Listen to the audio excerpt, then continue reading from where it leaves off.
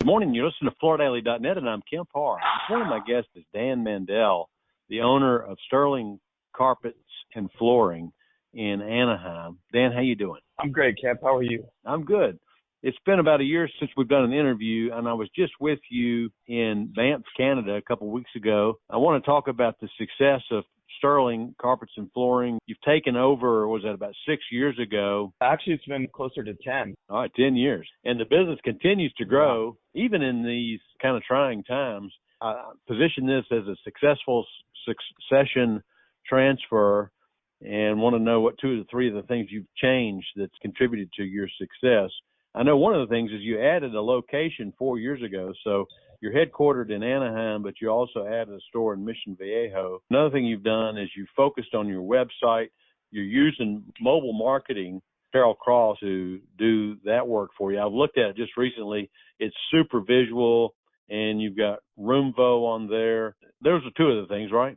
Yes, sir. Carol and her team have been really integral in helping us grow our digital presence. So I attribute a lot of our digital success to them. And another thing you were talking about is your customer experience, what you've done there. Tell us a bit more about that. So, we really tried to get kind of back to the basics of customer service. And that's just really trying to be personal with them, realize that they're making a big investment into their home and they're letting us into their space and trusting us with that. We don't take that lightly. We look at that as a great relationship to build upon. And, our motto has always been, we don't want to make a sale. We want to make a customer. We think it's important that we follow up in a timely manner, that we address any issues or problems that arise right away, but also to make sure that the customer is getting the best product at the best price.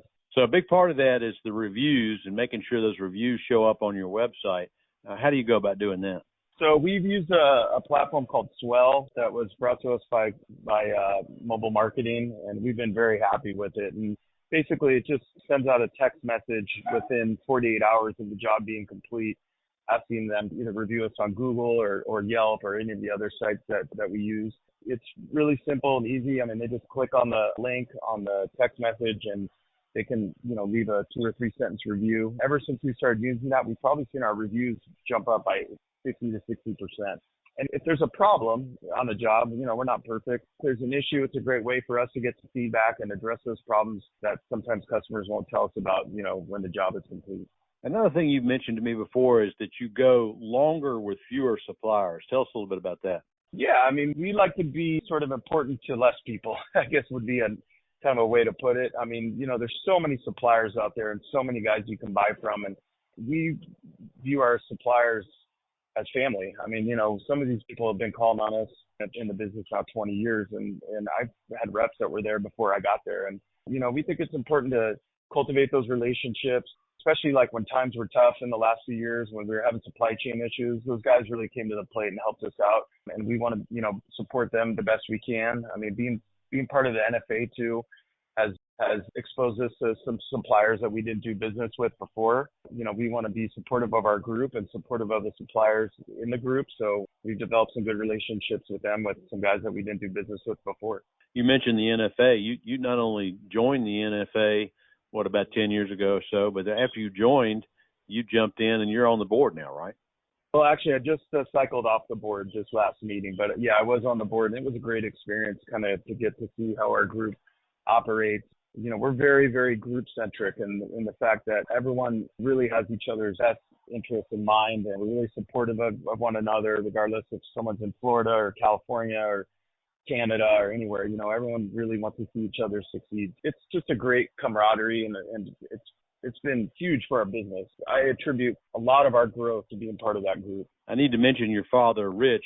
He's the guy who ran the business with John for many years. And, the business got started in 1962. Rich still comes to work, doesn't he? Rich is there most every day. In fact, I'm on vacation this week, so he's there holding the fort down. I give him credit. He's got a lot of passion still for the business, and I love working with my dad every day. It's literally the best part of what I do. Let's talk about the customer. Not only are we talking about the shift of a younger leader coming in and making some changes that make the business even more successful, you've at least doubled the top line since you've come in, haven't you? Yeah.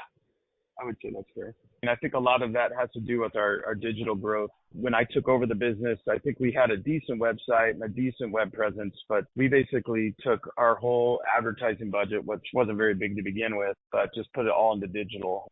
I would say 80 to 90% of a customer is going to look first is online to do their research. And, I think they look at 5 or 6 different businesses before they decide where they're going to actually walk into. That's our storefront. And we want to put our best foot forward on that and make it look the best we can. Let's talk about on the customer side with the millennials now being a big part of who's shopping. How is that different? Well, again, I think, they're much better informed. I mean, I think, between social media, the internet, all the different things that are out there to look at, I think they really know what they want to buy before they come in.